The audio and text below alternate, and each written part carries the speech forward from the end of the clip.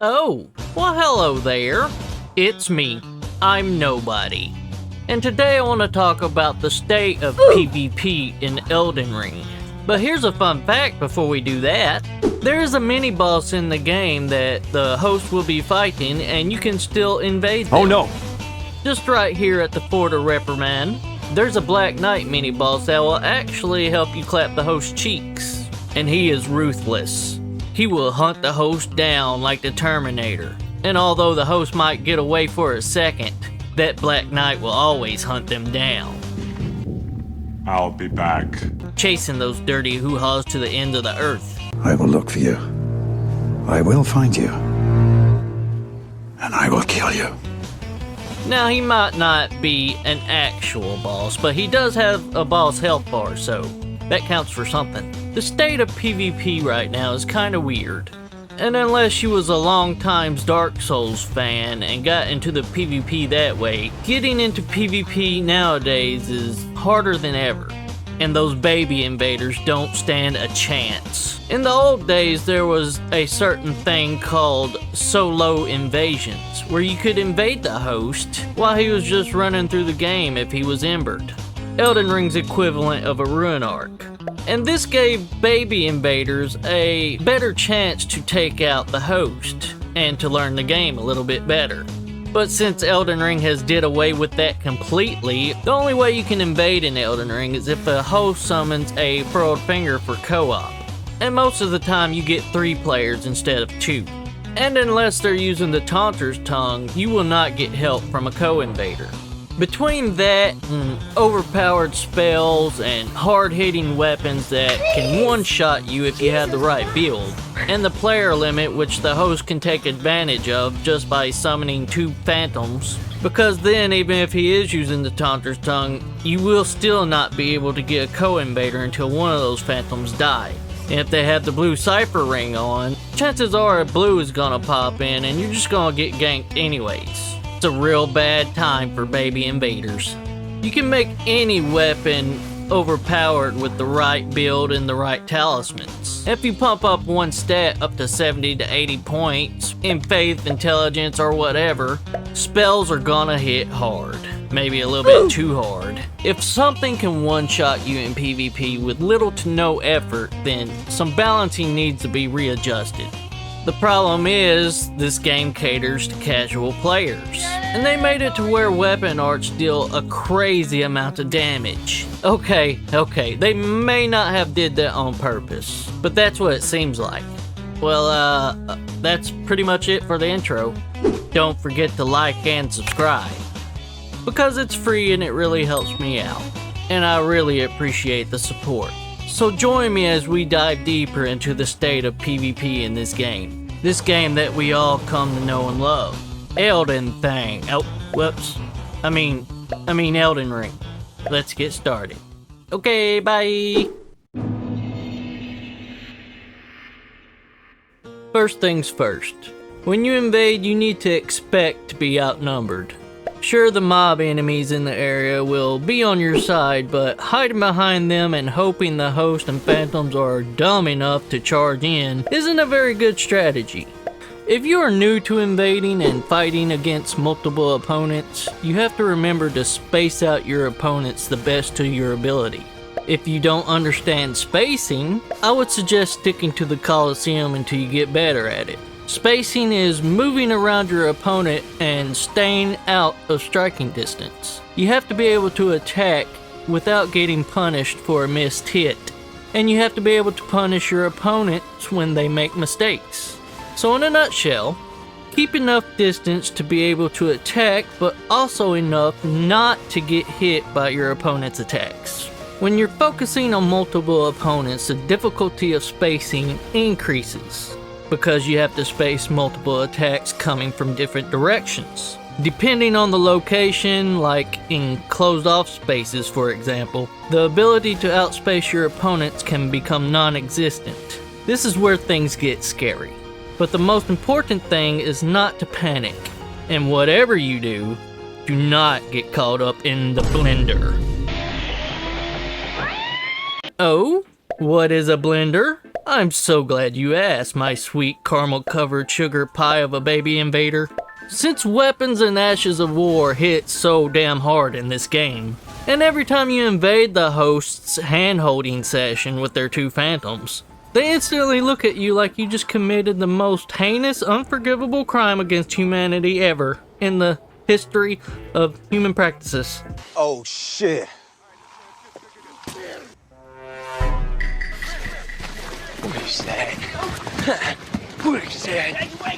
So now they are all over you like a fat kid on his birthday ice cream cake, swinging from all directions, stun locking you with every hit of their favorite ultra great sword, bloodhound fang, or any other colossal weapon they felt like running with that day. So as they are all now taking turns smacking and bonking your health bar into oblivion, you are now caught up in the blender. A unescapable stun-locking gang up that bashes you around for about 3 to 4 seconds before your HP collapses into a black hole, and you drop to the ground in defeat. The blender is usually followed up by vigorous teabags and multiple point downs because the host figured you didn't see the first 3 times of the back-to-back emoting. The blender is dangerous to a bad red man, and even though it's not always avoidable, you need to do everything within your power not to get in a situation where you can get caught up in it. Endure helps, but it's not a cure. You still have to survive getting hit multiple times. No one likes to be blendered, so make sure you always watch out for it and try not to get caught up in all the chaos. Will it blend? That is the question.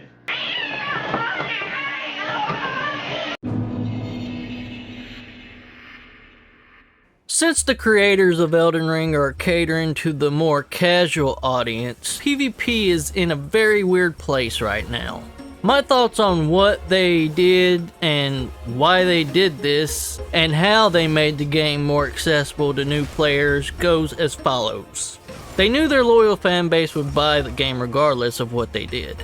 And at the end of the day, they are a business and their goal is to make more money. So they decided to make this game easier than their past games, but at the same time, keeping a level of difficulty to achieve that feeling of accomplishment you get from beating a really hard boss. They knew that PvP is what helped make their past game so popular, so they kept it in to appeal to their original fan base. But they knew that the casual audience would get absolutely deleted by their dedicated fan base who loves the invasion and PvP side of the game. So how did they fix this problem? They removed solo invasions completely. So the only way to invade a host is if they summon a cooperator. This gives the host a better chance of surviving if invaded and give the casual players who play through the game solo an uninterrupted journey through the lands between. They also made spells and incantations hit harder and track better, giving the mages the ability to spam spells at a distance and having a higher chance of winning. Those dirty wizards know it's true. And to top it all off, they made Asha Wars hit hard. With the press of a single button, players are able to deal massive damage, and with the right weapon can use these Asha Wars back to back at a fairly fast pace. And this created one of the biggest problems in Elden Ring today, the dreaded L2 spam. One-on-one with enough skill, the L2 spam can be countered and punished. But with 2 or 3 players using the L2 spam on any player is difficult to overcome. So in a nutshell, the developers created a way for a skillless player who has never had the FromSoft experience to be able to defeat bosses and even other players who do have some knowledge about the game. By the way, all this is just speculation and are my thoughts behind the developers' motives. And although they have had huge success and the game's revenue has grown beyond their expectations, will the catering to casuals and ignoring the PvP community be good for the company in the long run? Time will only tell. But I have faith in Miyazaki and should just give him the money in advance because I can't wait for whatever they come up with next. I'll buy it even if they don't have PvP. I might not play it, for a long time, but I will buy it. So to get a frequent number of invasions, your ruin level and weapon level matters. Low level seems like it's the most balanced, while meta levels can go either way in terms of fairness. Apart from the over-level bull-goat abominations that plague low-level invaders and makes them turn to twinking out their character to compensate, or the gank squads that post up at the lakes or the first step that makes meta levels unattractive, or the bonfire duelists who lure in invaders just to heal and call in dirty blues when things don't go their way. But the worst thing in my opinion that invaders have to deal with is spawn point hell. Okay. It might not be the worst thing, but it's truly annoying to wait 5 to 10 minutes for an invasion just to have the host walk through a fog wall as soon as you spawn in, which swiftly kicks your red ass back to the loading screen. But wait! There's more! You also get to spawn into a level that has multi-layers and the host is on a totally different plane. And the only way to reach them is a 30-minute run because the red fingers keep spawning you in the same place every time you use it. Really?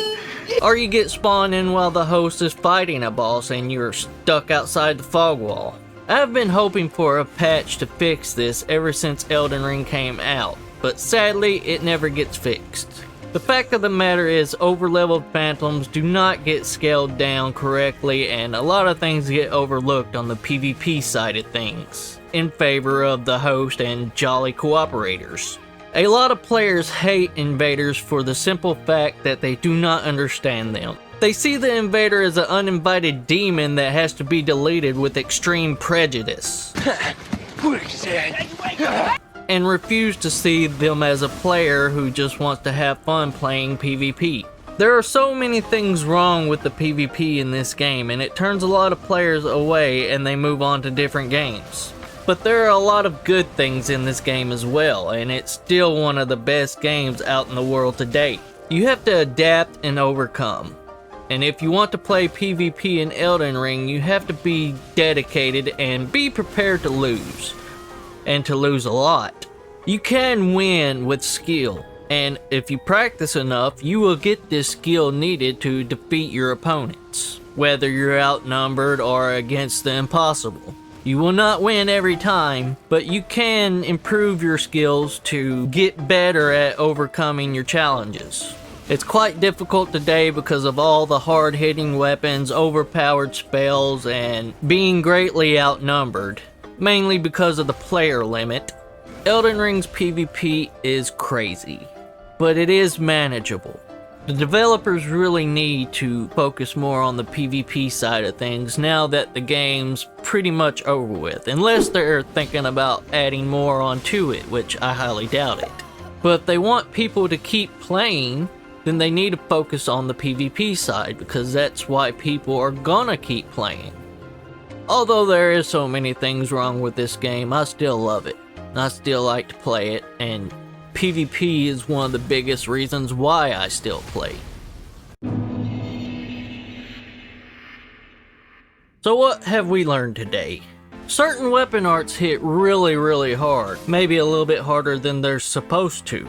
And the L2 spam is nightmarish when you have more than 2 people spamming their crazy Ashes of War at you. Creators are catering more to the casual side of the audience, which hurts the original fan base.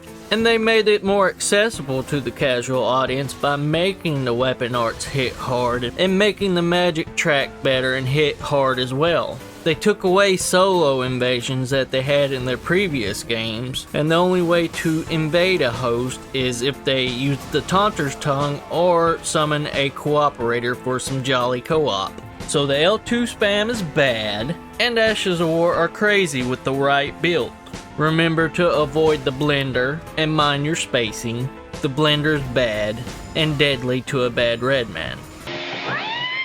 So when you're facing 2 or more opponents, make sure not to back yourself into a corner and beware of the hit stun so you don't get caught up in these blenders. We learn that the spawn points are hell, and most of the host and phantoms see you as a diabolical, disease-ridden intruder and will attack you on first sight. Man, let me ask you something.